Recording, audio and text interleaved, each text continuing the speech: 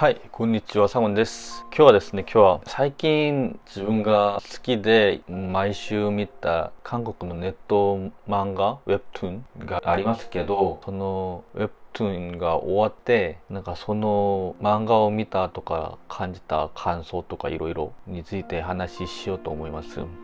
その漫画は恋愛話の漫画だったんですけど、その漫画はいろんな恋愛の漫画とは違くて、二人の主人公男女が付き合って終わるんじゃなくて、別れて終わって、その後の話、別れるのが結末で、その後の話も少し終わった後からの話みたいな感じで何個つけて全部終わりましたけど、その後から最終話のその最後にそんなセリフがつけたので、そのセリフが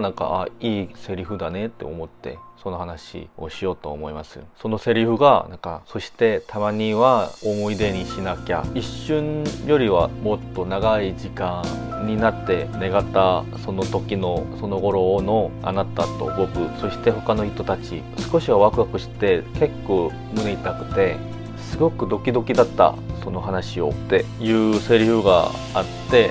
ここで僕が感じたのが、日本はどうかわかんないんですけど、韓国は昔の恋愛、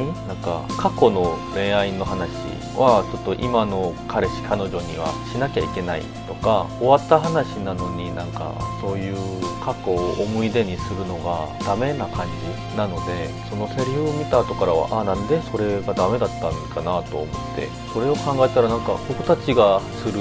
全ての恋愛はどんな形でもその始まりと終わりがあるんじゃないんですか。いい結果になったら結婚とか、悪い結果だったら別れるし、そういう始まりと終わりがある、そういう話なので、その中ではいつも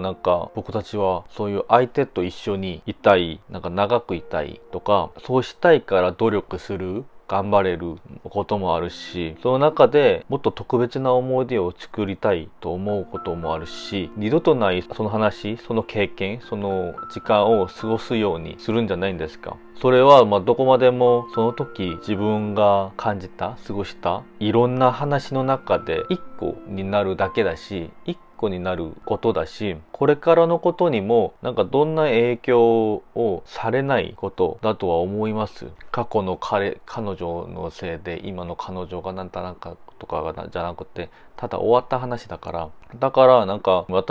僕たちが新しい人と新しい恋愛、出会いとかをして新しい道を進もうとしても、過去について思い出をするのは、たまには別にいいんじゃないかなとは思いました。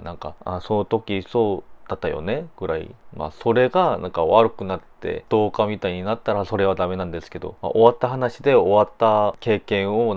一瞬だけ思い出するのはいいんじゃないかなとは思いました。日本の恋愛のスタイルはどうかわかんないんですけど、韓国は過去の人とか過去の経験についてやきもちする人、嫉妬する人が結構いるし、前はそうだったのに今はなんでとか、それもに喧嘩になったこともあるし、前の彼女とはどうだったについて本当にやきもち嫉妬が男性も女性もすごくある方だと思うので、結構気にするんですよね、その過去の話を。僕も前もそうだったし、今は